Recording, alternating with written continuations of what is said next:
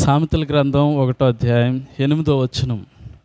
నా కుమారుడా, నీ తండ్రి ఉపదేశమును ఆలకించుము, నీ తల్లి చెప్పు బోధను త్రోసివేయకుము. హల్లెలూయా. ప్రియులారా, సామెతల గ్రంథం 1వ అధ్యాయం 8వ వచనం ఈ విధంగా తెలియజేస్తుంది మనకి. నా కుమారుడా, నీ తండ్రి ఉపదేశమును ఆలకించు, నీ తల్లి చెప్పు బోధను త్రోసివేయకుము.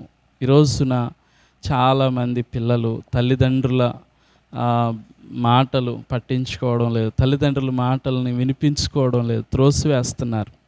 అలా చేయడము మంచిది కాదు. 9వ వచనంలో ఉంది, అవి నీ తలకు సొగసైన మాలికయు నీ కంఠమునకు హారములనయ్యుండును. ప్రియులారా, తల్లిదండ్రుల మాటలు, తల్లిదండ్రుల యొక్క మంచి హితబోధ మనకి చాలా ఆశీర్వాదాన్ని చేస్తున్నట్లుగా అక్కడ తెలియజేస్తూ ఉన్నాడు. ఆ మంచి మాటలు లేక ఆ ఉపదేశము లేక ఆ బోధ మనకి తలకు మాలికయు కంఠమునకు హారములు నయ్యుండును అని తెలియచేస్తుంది. తలకు మాలిక అంటే తల మీద మనకి అది ఒక కిరీటం లాగా దేవుడు పెడతాడనమాట అండి. ప్రియులారా, మరి మన తల మీద కిరీటం ఉంటే మనం చాలా విలువైన వారమని అర్థం. ఒక రాజుతో సమానం. రాజుకు మాత్రమే కిరీటం ఉంటుంది కదా.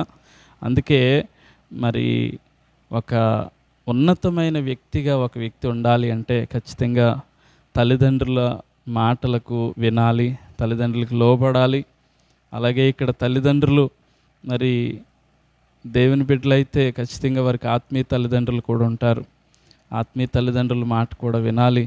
అలాగే దేవుని మాటకు లోబడాలి.